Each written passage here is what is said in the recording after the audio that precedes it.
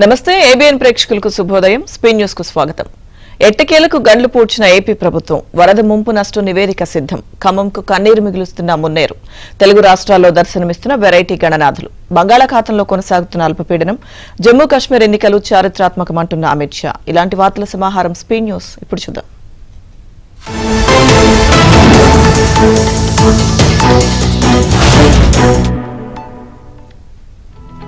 అత్యంత క్లిష్టమైన Budameru బ్రిడ్జ్లను పూడ్చామని AP CM Chandrababu తెలిపారు.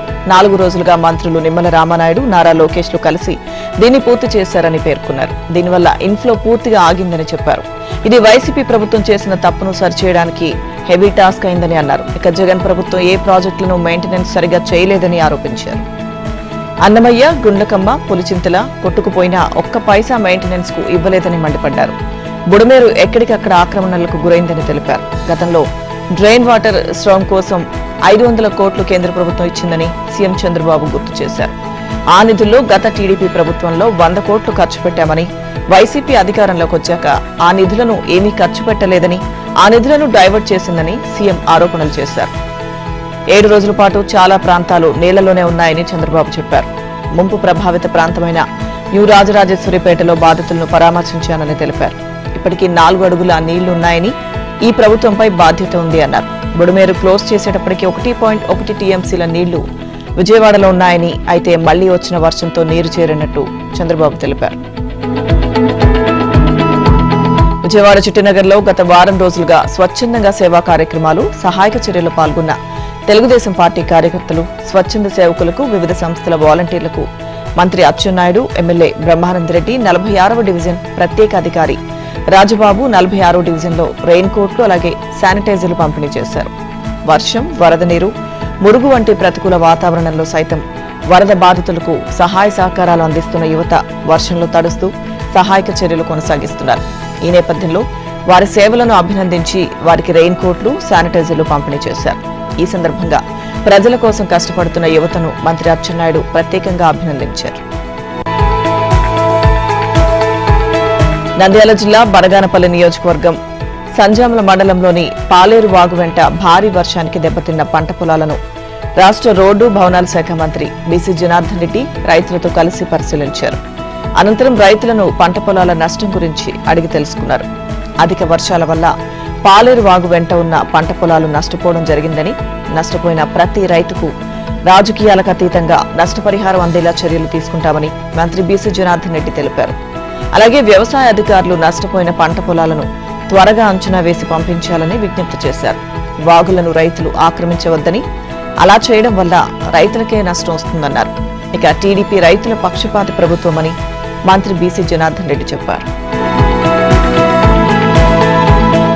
AP revenue registration and stamp శాఖ మంత్రి అనగాని సత్యప్రసాద్ ఆధ్వర్యంలో రిజిస్ట్రేషన్ అండ్ స్టాంప్ శాఖ ఉద్యోగులు ముఖ్యమంత్రి సహాయ నిధికి 25 లక్షలను అందజేశారు. శనివారం ఎన్టీఆర్ జిల్లా కలెక్టరేట్లో శనివారం ముఖ్యమంత్రి చంద్రబాబుకు మంత్రి అనగాని సత్యప్రసాద్ చేతుల మీదుగా చెక్ను అందజేశారు. ఈ సందర్భంగా మంత్రి అనగాని మాట్లాడుతూ బాధితులను ఆదుకునేందుకు ప్రతి ఒక్కరూ ముందుకు రావాలని కోరారు. వరద బాధితులను ఆదుకునేందుకు రాష్ట్ర ప్రభుత్వం పూర్తి స్థాయిలో చర్యలు తీసుకుంటుంది అన్నారు. ఇక వరద బాధితులకు భోజనం, మంచినీళ్లు, మెడిసిన్, బట్టలు, ఇతర నిత్యావసరాలను ఎలాంటి కొరత లేకుండా అందిస్తున్నట్లు చెప్పారు. వరద బాధితులను ఆదుకునేందుకు ప్రజలు కూడా పెద్ద ఎత్తున స్పందిస్తున్నారని మంత్రి సత్యప్రసాద్ తెలిపారు. బుడమేరు వరద కారణంగా బెజవాడలోని లోతట్టు ప్రాంతాల్లో జరిగిన నష్టాన్ని రాష్ట్ర ప్రభుత్వం ప్రాథమికంగా అంచనా వేసింది. ప్రభుత్వ, ప్రైవేట్ ఆస్తుల రూపంలో ప్రాథమికంగా 6,880.23 కోట్ల రూపాయల నష్టం వాటిల్లినట్లు నిర్ధారణకు వచ్చింది. ఇక ఈ మేరకు కేంద్రానికి నివేదిక పంపినట్లు ప్రభుత్వ స్పెషల్ చీఫ్ సెక్రటరీ ఆర్పి సిసోడియా తాడేపల్లిలో విపత్తు నివారణ శాఖ కార్యాలయంలో వెల్లడించారు. తాము ఇచ్చిన నివేదికతో పాటు కేంద్రం కూడా తమ బృందాలను పంపి అంచనా వేసుకుంది అన్నారు. పంటలకు ఇన్సూరెన్స్ ఉన్నా లేకపోయినా పంట నష్టపరిహారం అందించాలని నిర్ణయించినట్లు సిసోడియా వెల్లడించారు.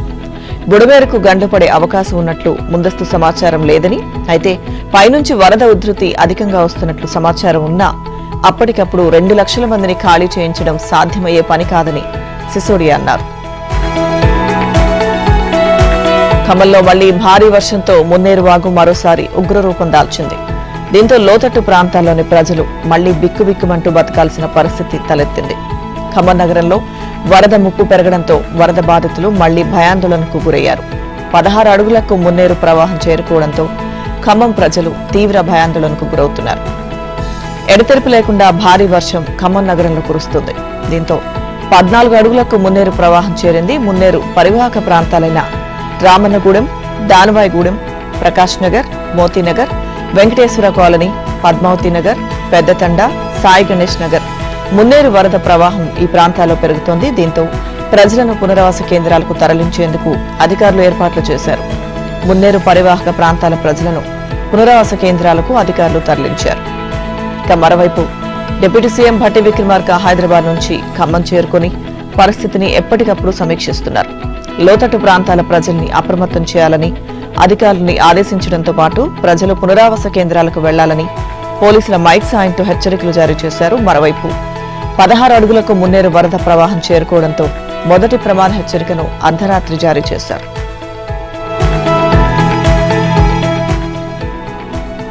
ఇక ఖమ్మం జిల్లా వైరా నియోజకవర్గంలోని వైరా మండలం, కొణిచెర్ల, ఏన్కూరు మండలాల్లో ఈదురుగాలులతో కూడిన భారీ వర్షం కురవడంతో ప్రధాన రహదారులతో పాటు గ్రామీణ ప్రాంతాల రోడ్లు జలమయమయ్యాయి. వైరా మున్సిపాలిటీ సత్రం బజార్లోని ఇళ్లల్లోకి నీళ్లు చేరాయి. ఈదురుగాలులు, భారీ వర్షం కారణంగా విద్యుత్కు అంతరాయం ఏర్పడింది. గత వారం రోజులుగా కురుస్తున్న అకాల వర్షం కారణంగా రైతులు సాగు చేసిన పత్తి, మొక్కజొన్న, వరి, పెసర పంటలకు నష్టం వాటిల్లే ప్రమాదం ఉందని రైతులు ఆవేదన వ్యక్తం చేశారు. ఇక ఇప్పటికే వేసిన పంటలు ఎర్రబారిపోతున్నాయని రైతులు ఆవేదన వ్యక్తం చేశారు. వర్షాల కారణంగా చెరువులు, కుంటలు పూర్తి స్థాయిలో నిండి జలకళను సంతరించుకున్నాయి. వైరా రిజర్వాయర్ పూర్తి స్థాయి నీటి మట్టం 18.3 అడుగులు కాగా ప్రస్తుత నీటి మట్టం 19.3 అడుగులుగా చేరుకుంది. ఇక 5 అడుగులకు పైగా వరద నీరు ప్రవహిస్తుంది. దీంతో దిగువ ప్రాంత ప్రజలు అప్రమత్తంగా ఉండాలని అధికారులు ఆదేశించారు. పల్నాడు జిల్లా వెనుకొండలో వైసీపీకి చెందిన వ్యక్తి లైంగిక వేధింపులకు గురి చేశాడంటూ ఓ మహిళ పోలీసులకు ఫిర్యాదు చేసింది. 6 ఏళ్లుగా అత్తర్ నాగూర్వలి అనే వ్యక్తి తనను లైంగిక వేధింపులకు గురి చేయడంతో పాటు 2 సార్లు అబార్షన్ చేయించాడని ఆమె ఆరోపించింది. బాధితురాలి ఫిర్యాదుతో వైద్య పరీక్షల నిమిత్తం ఆమెను ప్రభుత్వ ఆసుపత్రికి తరలించి వినుకొండ పోలీసులు కేసు నమోదు చేసి దర్యాప్తు చేపట్టారు. మాజీ ఎమ్మెల్యే బొల్లా బ్రహ్మనాయుడి అండతో అతడి అనుచరుడైన నాగూర్వలి పలుమార్లు తనపై లైంగికంగా దాడికి దిగి తనను వీడియోలో చిత్రీకరించి వాటితో బెదిరించాడని బాధితురాలు పోలీసులకు ఫిర్యాదు చేసింది. జరిగిన విషయాన్ని ఎవరికైనా చెబితే వీడియోలు బయటపెడతానంటూ బెదిరించాడని ఆమె ఆవేదన వ్యక్తం చేసింది. పెళ్లి చేసుకుంటానని నాగూర్వలి నమ్మించి తనను వంచాడని, తన తల్లితో పాటు కుటుంబ సభ్యులపై అనేక సార్లు దాడికి పాల్పడ్డాడని ఆమె ఆరోపించింది. ఇదిలా ఉంటే తనను ఎన్నో ఇబ్బందులకు గురిచేసి ప్రస్తుతం బాపట్లకు చెందిన మరో యువతిని పెళ్లి చేసుకోవడానికి సిద్ధపడ్డాడని, తనకు ఆత్మహత్య తప్ప మరో మార్గం లేదని బాధితురాలు పోలీసుల ఎదుట కన్నీరు మున్నీరైంది. తనకు జరిగిన అన్యాయం మరొకరికి జరగకూడదని, ఈ విషయంలో తనకు న్యాయం చేయాలని ముఖ్యమంత్రి చంద్రబాబు, డిప్యూటీ సీఎం పవన్, మంత్రి లోకేష్లకు బాధితురాలు విజ్ఞప్తి చేసింది. అనంతపురంలోని ఆర్టీటీ మైదానంలో నిర్వహిస్తున్న తులీప్ ట్రోఫీ క్రికెట్ పోటీలు మొదటి, రెండో విడత ఇన్నింగ్స్ ముగిశాయి. గత 3 రోజులుగా భారత క్రికెటర్లు సి టీం, డి టీం గా బరిలోకి దిగారు. ఇందులో సి టీం కెప్టెన్ గా రుతురాజ్ గైక్వాడ్ ప్రాతినిధ్యం వహించగా డి టీం కెప్టెన్ గా శ్రేయస్ అయ్యర్ ప్రాతినిధ్యం వహించారు. ఇక 4 రోజులు జరగాల్సిన ఈ పోటీలను 3 రోజుల్లోనే ముగించారు. దీనికి టీంలోని క్రికెటర్లు వికెట్లు కోల్పోవడమే కారణం. 3వ రోజు రెండో ఇన్నింగ్స్ తో సి టీం విజయం సాధించింది. డి టీం 232 పరుగులు చేసి ఆలౌట్ కాగా సి టీం 233 లక్ష్యాన్ని ఛేదించి విజయాన్ని అందుకుంది. ఇక ఈ నెల 5 నుంచి 22వ తేదీ వరకు అనంతపురంలోని ఆర్టీటీ క్రీడా మైదానంలో ఈ పోటీలు జరగనున్నాయి. అయితే మొదట, రెండో ఇన్నింగ్స్ ప్రకారం 5 నుంచి 7వ తేదీ వరకు మొదటిది, అలాగే రెండో ఇన్నింగ్స్ పోటీలు సాగాయి. తర్వాత 12 నుంచి 15 వరకు 3, 4 ఇన్నింగ్స్ జరగనున్నాయి. ఇక ఈ పోటీలను తిలకించడానికి అనంత జిల్లా ప్రజలు పెద్ద ఎత్తున పాల్గొని వీక్షించారు. క్రికెట్ అభిమానులు కుటుంబ సభ్యులతో భారత క్రికెటర్ల ఆటను ఆసక్తిగా తిలకించారు. కొల్లేరు నుంచి వచ్చే వరద నీరు ఉప్పుటేరులోకి చేరడంతో పశ్చిమ గోదావరి జిల్లా ఆకివీడు వద్ద ఉప్పుటేరు ఉధృతంగా ప్రవహిస్తుంది. ఆకివీడు మండలం చెరుకువాడ గ్రామ పంచాయతీలోని కమతావానిగూడెం వద్ద ఉప్పుటేరు ప్రవాహం కాలువల ద్వారా పైకి వచ్చి పంట పొలాలు ముంపుకు గురయ్యే ప్రమాదం పొంచి ఉండడంతో ఎమ్మెల్యే రఘురామకృష్ణరాజు ఆదేశాలతో రైతులు ముందస్తుగానే కాలువల్లోకి నీరు రాకుండా అడ్డుకట్ట వేశారు. ఉప్పుటేరు ఎప్పుడు ఉధృతంగా ప్రవహించినా తమ గ్రామం నీట మునిగిపోతుందని, ఈ సమస్య పరిష్కారానికి కల్వర్ట్లు కడతామని గతంలో చాలా మంది నాయకులు చెప్పినా ఇప్పటి వరకు ఫలితం లేదని, ఇప్పుడు రఘురామకృష్ణరాజు ఎమ్మెల్యే అయిన వెంటనే ఈ సమస్యను ఆయన దృష్టికి తీసుకెళ్లామని, ఈ సమస్యను పరిష్కరిస్తామని ఆయన హామీ ఇచ్చినట్లు రైతులు చెప్పారు. రఘురామకృష్ణరాజుపై తమకు నమ్మకం ఉందని, తమ పంట పొలాలు ముంపు బారిన పడకుండా కల్వర్ట్లు నిర్మిస్తారని రైతులు ఆశాభావం వ్యక్తం చేస్తున్నారు. ప్రకాశం జిల్లాలో వివిధ రూపాల్లో గణనాథుడు దర్శనమిస్తున్నాడు. వినాయకుడిని వివిధ రూపాల్లో తయారు చేసి భక్తులు పూజలు నిర్వహిస్తున్నారు. వజ్రాల గణేశుడు, టెంకాయలతో చేసిన గణనాథులు ప్రకాశం జిల్లాలో ప్రత్యేక ఆకర్షణగా నిలిచారు. వివిధ రూపాల్లో చేసిన వినాయకులను దర్శించుకుని భక్తులు పూజలు నిర్వహిస్తున్నారు. ప్రకాశం జిల్లాలో వినాయక చవితి వేడుకలు ఘనంగా జరుగుతున్నాయి. జిల్లా వ్యాప్తంగా గణనాథుడి నామస్మరణతో మారుమోగిపోతుంది. జిల్లాలో పలుచోట్ల వివిధ రూపాల్లో ఏర్పాటు చేసిన వినాయక విగ్రహాలు భక్తుల్ని ఆకట్టుకుంటున్నాయి. ఒంగోలులోని సమతానగర్ లో టెంకాయలతో గణేష్ విగ్రహాన్ని ఏర్పాటు చేశారు. 1500 టెంకాయలతో రూపొందించిన గణేష్ విగ్రహం నగరంలోని భక్తుల్ని ఆకట్టుకుంటోంది. సింగరాయకొండలో అత్యంత ఖరీదైన వినాయకుడు భక్తులకు దర్శనమిస్తున్నాడు. ఇక ఆర్యవైశ్య విగ్రహ కమిటీ ఆధ్వర్యంలో సింగరాయకొండలో ప్రతి ఏటా పలు రూపాల్లో వినాయక విగ్రహాలు ఏర్పాటు చేసి పూజలు చేస్తుంటారు. ఈ ఏడాది 1,00,000 వజ్రాలతో వినాయక విగ్రహాన్ని కమిటీ సభ్యులు ఏర్పాటు చేశారు. కెంపులు, పచ్చలు, అమెరికన్ డైమండ్స్ తో వినాయక విగ్రహాన్ని రూపొందించారు. వజ్రాలతో రూపొందించిన గణేష్ ని చూసేందుకు భక్తులు పెద్ద ఎత్తున సింగరాయకొండకి తరలి. విశాఖలో అయోధ్య రామాలయం నిర్మాణాన్ని పోలిన సెట్ అందరినీ ఆకట్టుకుంటుంది. రామ మందిరం ఎలా ఉంటుందో అదే తరహాలో బెంగాల్ నుండి తీసుకొచ్చిన ఆర్టిస్టులతో ప్రత్యేకంగా సెట్ వేయించారు. అలాగే లోపల కూడా బాలరాముని తరహాలో బాల వినాయకుడిని ఏర్పాటు చేశారు. వీటితో పాటుగా రామాయణాన్ని లోపల పెయింటింగ్ రూపంలో ప్రత్యేకంగా ఏర్పాటు చేశారు. ఇవే కాకుండా అక్కడ నుండి ఒక ఫ్లోటింగ్ స్టోన్ కూడా తీసుకొచ్చి ప్రత్యేకంగా ఏర్పాటు చేశారు. అయోధ్య రామ మందిరాన్ని అచ్చం వినాయకుడికి అనుగుణంగా మార్చి ఏర్పాట్లు చేశామని నిర్వాహకులు తెలిపారు. సిద్దిపేట జిల్లా వ్యాప్తంగా గణేష్ చతుర్థి కోలాహలం కొనసాగుతోంది. మండపాల్లో కొలువు తీరిన గణనాథులతో జిల్లాలోని పట్టణాలు, గ్రామాల్లో కొత్త శోభ వచ్చింది. చిన్న పెద్ద ప్రతి ఒక్కరూ సంతోషంగా గణేష్ వేడుకల్లో పాల్గొంటున్నారు. సిద్దిపేట పట్టణంతో పాటు జిల్లా వ్యాప్తంగా కొలువు తీరిన గణేష్ విగ్రహాలు ఆకట్టుకుంటున్నాయి. జిల్లా వ్యాప్తంగా వినాయక చవితి వేడుకల్లో భాగంగా బొజ్జ గణపయ్యల ప్రతిమలు శోభాయమానంగా కొలువుదీరాయి. ప్రత్యేకంగా రూపొందించిన మంటపాల్లో గణనాథుని ప్రతిష్ఠించి భక్తి శ్రద్ధలతో పూజిస్తున్నారు. గతంలో ఎన్నడూ లేని విధంగా ఈసారి స్వామివారి ప్రతిమలతో పాటు స్వామివారికి సమర్పించే పండ్లు, ఫలాలు, వివిధ రకాల ఆకుల ధరలు భారీగా పెరగడంతో సామాన్య ప్రజలకు ధరాభారం తప్పలేదు. ఇదిలా ఉంటే సాయంత్రం వేళలో ప్రత్యేకంగా ఏర్పాటు చేసిన మండపాల్లో గణనాథుడికి ప్రత్యేక పూజలు నిర్వహించారు. విఘ్నేశ్వరుని దర్శించుకునేందుకు పెద్ద సంఖ్యలో భక్తులు తరలివస్తున్నారు. అటు పెద్ద ఎత్తున వినాయక విగ్రహాలకు ఉత్సవాలు జరుగుతున్నాయి. నగరాలు, పట్టణాలు, గ్రామాల్లో వినాయకుడు విశేష పూజలు అందుకుంటున్నాడు. ముఖ్యంగా పర్యావరణాన్ని దృష్టిలో పెట్టుకున్న భక్తులు ఈ ఏడాది కూడా చాలా మట్టి గణపతులను ప్రతిష్ఠించి పూజలు నిర్వహిస్తున్నారు.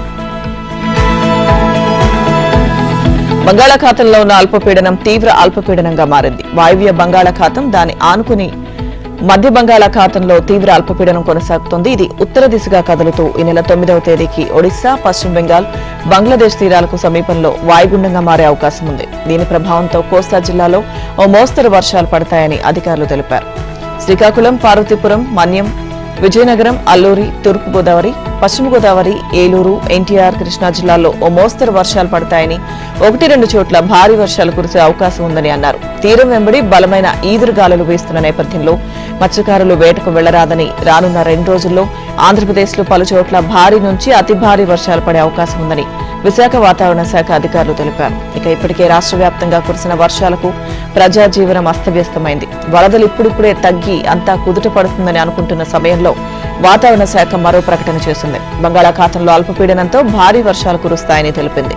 గత వారం రోజులుగా సింగనగర్ వాసులను అవస్థలకు గురిచేసిన బుడమేరు వరద కాస్త తగ్గుముఖం పట్టింది. భారీ వర్షాలతో బుడమేరు ఉగ్రరూపం దాల్చడంతో విజయవాడలోని అనేక ప్రాంతాలు ముంపునకు గురయ్యాయి. వరదలతో బెజవాడ వాసులు స్తంభించిపోయారు. భారీ వరదలతో వేలాది మంది తమ తమ నివాసాలను వదిలి సురక్షిత ప్రాంతాలకు తరలి వెళ్లారు. ఇక విజయవాడ నగరంలో పలు ప్రాంతాల్లో మళ్లీ భారీ వర్షం పడుతుంది. దీంతో రోడ్లపై నీరు నిలిచిపోవడంతో వాహనదారులు తీవ్ర ఇబ్బందులు పడుతున్నారు. మళ్లీ వర్షం కురవడంతో బుడమేరు ముంపు ప్రాంతాల్లో సహాయక చర్యలకు ఆటంకం కలుగుతోంది. దీంతో ముంపు బాధితులు మరింత ఆందోళన చెందుతున్నారు. విజయవాడ నగరంలో గంటపాటు కురుస్తున్న వర్షానికి బస్టాండ్, లోతట్టు ప్రాంతాలు జలమయమయ్యాయి. మరోవైపు బుడమేరు పొంగిన నేపథ్యంలో చాలా ఇళ్లు ముంపునకు గురయ్యాయి. ఇప్పుడు మళ్లీ వర్షం పడడంతో ప్రజలు ఆందోళన చెందుతున్నారు. దేశ రాజధాని ఢిల్లీతో పాటు పలు రాష్ట్రాల్లో రుతుపవనాలు మళ్లీ జోరందుకున్నాయి. ఈ నేపథ్యంలో అనేక ప్రాంతాల్లో భారీ వర్షాలు కురుస్తున్నాయి. ఈ క్రమంలో వాతావరణ శాఖ అంచనాల ప్రకారం రేపు అంటే ఆదివారం కూడా 28 రాష్ట్రాల్లో వర్షం కురిసే ఛాన్స్ ఉందని ఐఎండీ అంచనా వేసింది. ఐఎండీ ప్రకారం ఆదివారం దేశ రాజధానిలో వర్షం కురిసే అవకాశం ఉంది. ఢిల్లీకి ఆనుకుని ఉన్న నోయిడా, గజియాబాద్, గురుగ్రామ్తో సహా ఎన్సీఆర్లోని కొన్ని చోట్ల వర్షం పడవచ్చు. ఇక రుతుపవనాలు మరోసారి బలపడడంతో రాజస్థాన్ రాజధాని జైపూర్ సహా పలు జిల్లాల్లో కుండపోత వర్షాలు కురుస్తున్నాయి. ఈ క్రమంలో రాగల 24 గంటల్లో తూర్పు రాజస్థాన్లో చాలా చోట్ల వర్షాలు కురిసే అవకాశం ఉంది. పశ్చిమ రాజస్థాన్లో కొన్ని చోట్ల ఉరుములతో కూడిన వర్షం పడే ఛాన్స్ ఉంది. తూర్పు రాజస్థాన్లోని చాలా ప్రాంతాల్లో రానున్న 2-3 రోజుల పాటు వర్షాలు కురిసే అవకాశం ఉంది. సెప్టెంబర్ 8న ఉదయ్పూర్, అజ్మీర్, జైపూర్ డివిజన్లలోని కొన్ని ప్రాంతాల్లో మోస్తరు వర్షాలు కురిసే ఛాన్స్ ఉంది. అదేవిధంగా సెప్టెంబర్ 8-9 తేదీలలో కోటా, అలాగే అజ్మీర్, జైపూర్ డివిజన్లోని కొన్ని ప్రాంతాల్లో వర్షాలు కురుస్తాయని ఐఎండీ అంచనా వేసింది. దీంతో పాటుగా సెప్టెంబర్ 8న మధ్యప్రదేశ్, ఛత్తీస్గఢ్, మహారాష్ట్ర, గుజరాత్, గోవా, మహారాష్ట్ర, ఆంధ్రప్రదేశ్, కేరళ, తెలంగాణ, ఒడిశా, అసోం, మేఘాలయ, నాగాలాండ్ సహా పలు రాష్ట్రాల్లో భారీ వర్షాలు కురుస్తాయని వాతావరణ శాఖ హెచ్చరికలు జారీ చేసింది. ఈ జాబితాలో మణిపూర్, మిజోరాం, త్రిపుర, జార్ఖండ్ కూడా ఉన్నాయి. మరోవైపు రానున్న 3 రోజుల పాటు బీహార్లో రుతుపవనాలు బలమైన స్థితిలో ఉండనున్నాయి. ఈ క్రమంలో సెప్టెంబర్ 10 వరకు బీహార్ అంతటా భారీ వర్షాలు కురిసే అవకాశం ఉంది. పోలీసుల వేధింపులు తట్టుకోలేక ఓ వృద్ధుడు ఆత్మహత్యకు పాల్పడ్డాడు. తన అల్లుడు మరో యువతిని తీసుకువెళ్లాడని, అయితే వారి జాడ చెప్పాలని సికింద్రాబాద్ రెయిన్ బజార్ పోలీసులు వేధిస్తున్నారంటూ సెల్ఫీ వీడియో తీసుకుని ఆత్మహత్య చేసుకున్నాడు. ఘటన శనివారం కలకలం రేపింది. పాతబస్తీ యాకత్పుర ఎస్ఆర్టీ కాలనీకి చెందిన యూనస్ ఖాన్ అనే వ్యక్తి అతడి చెల్లెలి కొడుకు ఓ మైనర్ బాలికను ప్రేమ పేరుతో గుర్తు తెలియని ప్రాంతానికి తీసుకువెళ్లాడు. అయితే తమ కుమార్తె కనిపించడం లేదని బాలిక తల్లిదండ్రులు పోలీసులకు ఫిర్యాదు చేశారు. ఇక అప్పటి నుంచి పోలీసులు యూనస్ ఖాన్ పై ఒత్తిడి తెచ్చినట్టు తన సెల్ఫీ వీడియోలో ఆవేదన వ్యక్తం చేశాడు. తన మేనల్లుడి అడ్రస్ చెప్పకపోతే తనను పోలీసులు తీసుకువెళ్తారని బెదిరించారని, ఈ ఒత్తిడి తాను భరించలేనంటూ అతడు ఆత్మహత్యకు పాల్పడ్డాడు. ఇదిలా ఉంటే తాము ఎవరిని టార్చర్ పెట్టలేదని, కేవలం సమన్లు ఇచ్చామంటూ వాదన పెట్టారు. జమ్మూ కాశ్మీర్లో శాంతి నెలకొనేంత వరకు పాకిస్తాన్తో చర్చలు జరిపే ప్రసక్తే లేదని కేంద్ర హోంమంత్రి అమిత్ షా తెలిపారు. జమ్మూ కాశ్మీర్ అసెంబ్లీ ఎన్నికల ప్రచారాన్ని హోంమంత్రి శనివారం నాడు జమ్మూలో ప్రారంభించారు. ఈ సందర్భంగా ఏర్పాటు చేసిన ర్యాలీలో ఆయన మాట్లాడుతూ రాబోయే ఎన్నికలు చారిత్రాత్మకమని, ఎన్నికల ప్రచారాన్ని వినాయక చవితి రోజున బీజేపీ ప్రారంభించిందని అన్నారు. ఇక తొలిసారి 2 జెండాల నీడలో కాకుండా ఒకే జెండా త్రివర్ణ పతాకం కింద ఇక్కడి ప్రజలు తమ ఓటు హక్కును వినియోగించుకుంటున్నారని అన్నారు. 2 ప్రధానులు ఉండరు, ఒకరే ప్రధాని. యావత్ దేశం ఎన్నుకున్న ప్రధానమంత్రి మన మోదీ. చాలా స్పష్టంగా ఒక మాట చెప్పదలుచుకున్నాను. బీజేపీ ఈ ఎన్నికల్లో పూర్తి శక్తి సామర్థ్యాలతో పోరాడుతుంది, గెలుపు సాధిస్తుంది అని అమిత్ షా ధీమా వ్యక్తం చేశారు. కాంగ్రెస్ కు స్పష్టమైన మెసేజ్ ఇస్తూ ఈ ప్రాంతంలో దళితులు, ఇతర కమ్యూనిటీలకు ఇచ్చే రిజర్వేషన్లను కాంగ్రెస్ వాళ్లు తాకనైనా తాకలేరని అన్నారు. రాహుల్ గాంధీ నా మాటలు జాగ్రత్తగా వినాలి. రాహుల్ ప్రయత్నించిన పహాడీ, బకర్వాల్, అలాగే దళితుల రిజర్వేషన్లను తాకనైనా తాకలేరని ఆయన స్పష్టం చేశారు. ఇండియన్ అడ్మినిస్ట్రేటివ్ సర్వీసుల నుంచి వివాదాస్పద మాజీ ప్రొబేషనరీ సివిల్ సర్వెంట్ పూజా ఖేట్కర్ను తక్షణమే డిశ్చార్జ్ చేస్తున్నట్లు కేంద్ర ప్రభుత్వం తెలిపింది. ఐఏఎస్ ఎంపికలో భాగంగా ఓబీసీ, వికలాంగుల కోటా ప్రయోజనాలను తప్పుడు పత్రాలు సమర్పించి మోసపూరితంగా పొందినట్లు పూజా ఖేట్కర్ పై ఆరోపణలున్నాయి. ఇక ఐఏఎస్ ప్రొబేషన్ రూల్స్ లోని 12వ నిబంధన ప్రకారం ఆమెను తొలగించినట్లు కేంద్ర వర్గాలు పేర్కొన్నాయి. ప్రొబేషనర్లు మళ్లీ నిర్వహించిన పరీక్షలో ఉత్తీర్ణత సాధించకపోయినా లేదా ప్రొబేషనరీలో ఉన్నప్పుడు ఐఏఎస్ సర్వీస్ కు అనర్హుడుగా తేలిన ఆ వ్యక్తిని సర్వీస్ నుంచి కేంద్రం డిశ్చార్జ్ చేసే అవకాశాన్ని రూల్ 12 కల్పిస్తుంది. కాగా జూలై 31న పూజా ఖేట్కర్ అభ్యర్థిత్వాన్ని యూనియన్ పబ్లిక్ సర్వీస్ కమిషన్ రద్దు చేసింది. మళ్లీ భవిష్యత్తులో పరీక్షలు రాయకుండా డిబార్ చేసింది. ఇక ఈ నేపథ్యంలో కేంద్రం కూడా ఆమెను ఐఏఎస్ సర్వీస్ నుంచి డిశ్చార్జ్ చేస్తున్నట్లు ప్రకటించింది. ప్రధానమంత్రి నరేంద్ర మోదీ ముందు అరవింద్ కేజ్రీవాల్ ఎప్పటికీ తల వంచరని ఆయన భార్య సునీతా కేజ్రీవాల్ అన్నారు. బీజేపీ రాజకీయ ప్రతీకారానికి పాల్పడుతోందని విమర్శించారు. హర్యానా అసెంబ్లీ ఎన్నికల ప్రచారంలో భాగంగా భివానీలోని టౌన్ హాల్లో ఏర్పాటు చేసిన కార్యక్రమంలో సునీతా కేజ్రీవాల్ శనివారం నాడు పాల్గొని ప్రసంగించారు. హర్యానా కోడలుగా తనను తాను అభివర్ణించుకున్నారు. బీజేపీ కేవలం అధికార దాహంతో ప్రత్యర్థులను జైల్లోకి నెడుతుందని, పార్టీలను చీల్చడం ఎలాగో వారికి బాగా తెలుసని విమర్శలు గుప్పించారు. కేజ్రీవాల్ చేసిన పనుల వల్లే హర్యానా పేరు ప్రపంచమంతా చెప్పుకుంటున్నారని గుర్తు చేశారు. హర్యానా బాలుడు ఢిల్లీ సీఎం అవుతాడని ఎవరూ ఊహించలేదన్నారు. కృష్ణ జన్మాష్టమి రోజున కేజ్రీవాల్ పుట్టారని, ప్రత్యేక పనికి భగవంతుడు ఆయన్ను ఉద్దేశించాడని చెప్పారు. కానీ హర్యానాలో బీజేపీ 10 ఏళ్లుగా అధికారంలో ఉండి ఏం చేసిందని సునీత నిలదీశారు. ఇక ప్రభుత్వ పాఠశాలలు కానీ, పిల్లల విద్య కానీ మెరుగైందా అని సునీత ప్రశ్నించారు. కనీసం మంచి ప్రభుత్వ ఆసుపత్రులు ఉన్నాయా? మందులు, చికిత్స ఉచితంగా అందుతోందా అని ప్రశ్నించారు. అక్టోబర్ 5న జరిగే ఎన్నికల్లో ఒక్క ఓటు కూడా బీజేపీకి వెళ్లకూడదని, ప్రతి ఒక్కరూ ఆప్కు ఓటు వేసి కేజ్రీవాల్ ను అఖండ మెజారిటీతో గెలిపించాలని కోరారు. ఆధార్ కార్డు జారీపై అసోం ప్రభుత్వం కొత్త రూల్ విధించింది. ఇక నుంచి రాష్ట్రంలో కొత్తగా ఆధార్ కార్డు కావాలనుకునేవారు తప్పనిసరిగా తమ ఎన్ఆర్సీ నంబర్ను సమర్పించాల్సి ఉంటుంది. అక్టోబర్ 1 నుంచి ఈ కొత్త విధానం అమల్లోకి రానున్నట్టు అసోం ముఖ్యమంత్రి హిమంత్ బిశ్వ శర్మ ప్రకటించారు. జనాభా కంటే ఆధార్ కార్డు కోసం అప్లికేషన్లు ఎక్కువగా ఉన్నట్లు తమ దృష్టికి వచ్చిందని, అనుమానిత వ్యక్తులు ఇందులో ఉన్నట్టు అర్థమవుతుందని చెప్పారు. అక్రమ వలసలను అరికట్టడంలో భాగంగానే ఇక నుంచి ఆధార్ కార్డుల జారీ విషయంలో కఠినంగా వ్యవహరించాలని తమ ప్రభుత్వం నిర్ణయించినట్లు చెప్పారు. ఇక నుంచి అసోంలో ఆధార్ కార్డులు పొందడం అంత సులభం కాదన్నారు. ఎన్ఆర్సీ సమయంలో బయోమెట్రిక్ లాక్ అయిన 9.55 లక్షల మందికి ఎన్ఆర్సీ అప్లికేషన్ నంబర్ జత చేయాల్సిన అవసరం లేదని, వాళ్లకు మాత్రం ఆధార్ కార్డులు జారీ అవుతాయని సీఎం చెప్పారు. అక్రమంగా అసోంలోకి చొరబడే వారిని గుర్తించే ప్రక్రియను వేగవంతం చేశామని, గత 2 నెలల్లో పలువురు బంగ్లాదేశీయులను పట్టుకుని ఆ దేశ అధికారులకు అప్పగించామని తెలిపారు. బంగ్లాదేశ్ తాత్కాలిక ప్రభుత్వాధినేత మహమ్మద్ యూనస్ సార్క్ దేశాలపై కీలక వ్యాఖ్యలు చేశారు. సార్క్ ఇప్పుడు అచేతనంగా మారిందని, ఈ నెలలో జరగనున్న ఐక్యరాజ్య సమితి సర్వసభ్య ప్రతినిధి సభ సమయంలో భారత ప్రధాని మోదీని కలిసి ఈ విషయాన్ని గురించి చర్చిస్తానని చెప్పారు. అదేవిధంగా తీసా జలాల ఒప్పందంపై ఎంతో కాలంగా విభేదాలున్నాయని, వీటిని పరిష్కరించుకోకపోతే ఇరు దేశాలకు నష్టమేనని ఓ మీడియా సంస్థకిచ్చిన ఇంటర్వ్యూలో యూనస్ ఈ వ్యాఖ్యలు చేశారు.